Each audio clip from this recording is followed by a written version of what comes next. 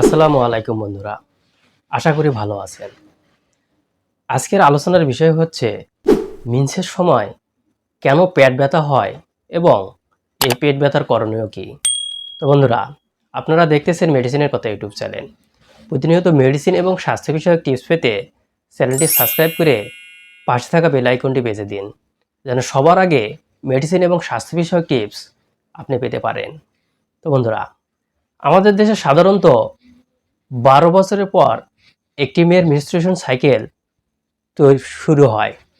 তো বন্ধুরা, মনে রাখবেন, এই মেনস্ট্রুয়েশন সাইকেল তৈরি হওয়ার আগে, অর্থাৎ আপনার মেন্স শুরু হওয়ার আগে একটি মেয়েকে মানসিক সেট আপ করতে হবে। অর্থাৎ তার মা অথবা তার বড় বোন তাকে বোঝাতে হবে যে তার এ ধরনের সমস্যাগুলি হতে পারে, এই সময় তার এ ধরনের সমস্যাগুলো হয়। তো বন্ধুরা, একটি মেয়ের মেনস্ট্রুয়েশন সাধারণত কিভাবে হয়, অর্থাৎ মিনিস্ট্রিয়াল সাইকেলটা কিভাবে হয়, সেটি আগে আমাদের জানা দরকার। তারপরে আমরা জানবো যে আসলে মেন্সের সময় কেন ব্যথা হয় এবং ব্যথা হলে আপনি কি করবেন। তো বন্ধুরা, একটি মেয়ের সাধারণত দুইটি ওভারি থাকে, একটি হচ্ছে রাইট সাইড আর একটি হচ্ছে লেফট সাইড। সাধারণত প্রথম মাসে যদি আপনার ডান দিক থেকে ডিম্বাণু আসে, তাহলে দ্বিতীয় মাসে আসে বাম দিক থেকে। অর্থাৎ 1 মাস পর পর আপনার যদি ডান দিক থেকে 1 মাস আসে, বাম দিক থেকে আরেক মাস আসবে। অর্থাৎ 1 মাস ডিম্বাণু আসার পর আরেক মাস রেস্টে থাকে। তো বন্ধুরা, এই ডিম্বাণু আসার আগে একটি মেয়ের শরীরে কিছু পরিবর্তন হয়।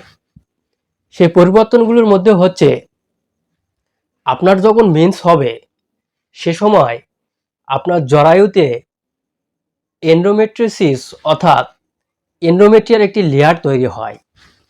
এই লেয়ার তৈরি হওয়ার কারণটি হচ্ছে এই ডিম্বাণু এবং শুক্রাণু যাতে মিলিত হয়, এই জন্য একটি লেয়ার তৈরি হয়। কিন্তু কোনো কারণে, অর্থাৎ একটি অবিবাহিত মেয়ের তো আর শুক্রাণু দিয়ে অথবা ডিম্বাণু মিলিত হবে না। সেক্ষেত্রে দেখা যায় যে এই ডিম্বাণু যখন শুক্রাণুর সঙ্গে মিলিত হয় না, তখন নির্দিষ্ট একটি সময়ে আপনার এই ওভারলেশন হওয়ার সময়, অর্থাৎ আপনার যে ডিম্বাণু আসলো, এ সময় যে এন্ডোমেট্রিয়াম সেলটি তৈরি হয়, সে সময় এটি আপনার মেন্সের সময় এই ওভুলেশন, অর্থাৎ আপনার ডিম্বাণু এবং এই সেল সহ মেন্স আকারে বের হয়ে আসে। এটাকেই সাধারণত মেনস্ট্রুয়াল সাইকেল অথবা মেনস্ট্রুয়েশন বলা হয়ে থাকে। এজন্যই যখন আপনার এই এন্ডোমেট্রিয়াল সেস, অর্থাৎ এজন্য এটি মেডিকেলের ভাষায় এই মেনস্ট্রুয়েশনকে এন্ডোমেট্রিওসিস বলা হয়ে থাকে। তো আপনার যখন এই ভিতরের সেলগুলো পচে গলে বের হয়ে আসবে, সেক্ষেত্রে তো একটু ব্যথা হবেই, এটাই স্বাভাবিক। তো বন্ধুরা, কারো কারো ক্ষেত্রে এই ব্যথাটি তীব্র হয়ে থাকে এবং কারো কারো ক্ষেত্রে কম হয়ে থাকে। তো এখন আমরা জানবো যে কার কার ক্ষেত্রে এই ব্যথাটি তীব্র হতে পারে, সেক্ষেত্রে আপনি কি করবেন। তো বন্ধুরা, আপনারা বুঝলেন যে কিভাবে আপনাদের এই মেনস্ট্রুয়েশন সাইকেলটি হয়ে থাকে। কিছু কিছু রোগীদের ক্ষেত্রে দেখা যায় যে তাদের ইউটেরাস অথবা ফ্যালোপিয়ান টিউব অথবা ওভারির মধ্যে ছোট ছোট সিস্ট থাকে, অর্থাৎ মেডিকেলের ভাষায় যেটাকে বলা হয় যে চকলেট সিস্ট। এই সিস্টগুলো থাকার কারণে দেখা যায় যে অনেক সময় এই মেনস্ট্রুয়েশনের সময় প্রচণ্ড পেইন হয়ে থাকে এবং প্রচণ্ড ব্যথা হয়।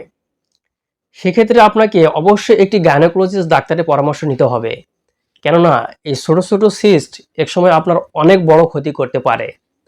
এবং যাদের এ ধরনের সিস্ট থাকে না, বিশেষ করে প্রথম 2 থেকে 3 দিন প্রচণ্ড ব্যথা হয় এবং প্রচণ্ড ব্লিডিং হয়, পরে সেরকম ব্যথা হয় না, সেক্ষেত্রে বুঝতে হবে যে আপনার নর্মাল একটি মেনস্ট্রুয়েশন সাইকেল চলতেছে। অর্থাৎ আপনার নর্মাল মেনস্ট্রুয়েশন হলে আপনি বুঝতেই পারবেন যে এটা আপনার নর্মাল এবং কোনটি আপনার অ্যাবনর্মাল। সেক্ষেত্রে যদি আপনার নর্মাল মেনস্ট্রুয়েশনের জন্য ব্যথা হয়, সেক্ষেত্রে আপনি কিছু ওষুধ সেবন করবেন। সেই ওষুধটির নাম হচ্ছে টাইমোনিয়াম মিথাইল সালফেটের যে কোনো ওষুধ, যেমন অ্যালজিন, ভিসরাল, এ ধরনের ওষুধ আপনি দিনে 2টি সেবন করবেন। দেখবেন যে এ সময় আপনার মেনস্ট্রুয়েশনের সময় আর ব্যথা থাকবে না। সেক্ষেত্রে আপনাকে ওষুধের সঙ্গে অবশ্যই গ্যাস্ট্রিকের কিছু ওষুধ খেতে হবে, বিশেষ করে প্যান্টোনিস, সেকলো, সার্জেল এ ধরনের ওষুধ আপনি সেবন করবেন। সেই সঙ্গে ঘরোয়া কিছু উপায়, যেমন হট এয়ার ব্যাগ, অর্থাৎ আপনি গরম পানি ব্যাগে পেটে সেঁক দিবেন, দেখা যাবে যে আর আপনার ব্যথা থাকবে না। আপনার গরম পানি ব্যাগ যদি না থাকে সেক্ষেত্রে আপনি পানি গরম করে নিয়ে বোতলের মধ্যে নিয়ে পেটে হালকা হালকা সেঁক দিবেন, দেখবেন যে আপনার আগের তুলনায় অনেক ব্যথা কমে গেছে। তো বন্ধুরা, এই ছিল নিউট্রিশনের সময় ব্যথা হওয়ার কারণ এবং করণীয় সম্পর্কে আজকের ভিডিও। যদি ভিডিওটি ভালো লেগে থাকে তাহলে অবশ্যই লাইক, কমেন্ট এবং সাবস্ক্রাইব করতে ভুলবেন না। ধন্যবাদ।